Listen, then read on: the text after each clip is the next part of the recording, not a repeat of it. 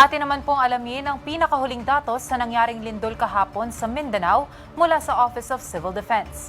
Nasa linya po ng telepono si Bea Peniza para sa 13 sa tanghali. Bea?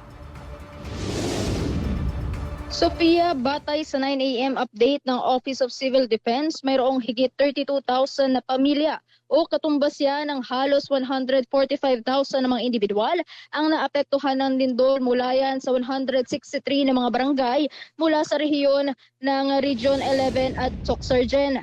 Ayan kay OCD Assistant Secretary Bernardo Rafaelito Alejandro Laporte. Maliban dito, pumalo na sa 37 ang bilang ng mga nasawi mula sa lindol habang aabot naman sa 479 ang naitalang sugatan. Ayon pa kay Alejandro, sentro pa rin ng mga operasyon ng Davao Region at Socsurgen na siyang lubhang napinsala ng pagyanig.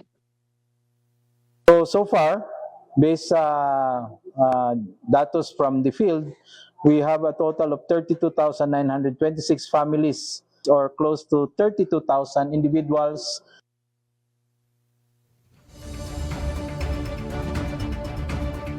Kasalukuyan namang nakadeploy ang higit sa 2,000 na personel ng ahensya para tumulong sa pagsasagawa ng search and rescue operation sa Mindanao matapos itong yanigi ng magnitude 7.8 na lindol kahapon. Batay sa datos, 23 na grupo ang binuo mula sa Armed Forces of the Philippines, habang 310 naman ang mula sa hanay ng Philippine National Police, habang ilang grupo rin ang binuo mula sa Philippine Coast Guard at Bureau of Fire Protection. We have a total of 2,784 personnel deployed sa SRR personnel, no? Deployed sa regions 11 and 12.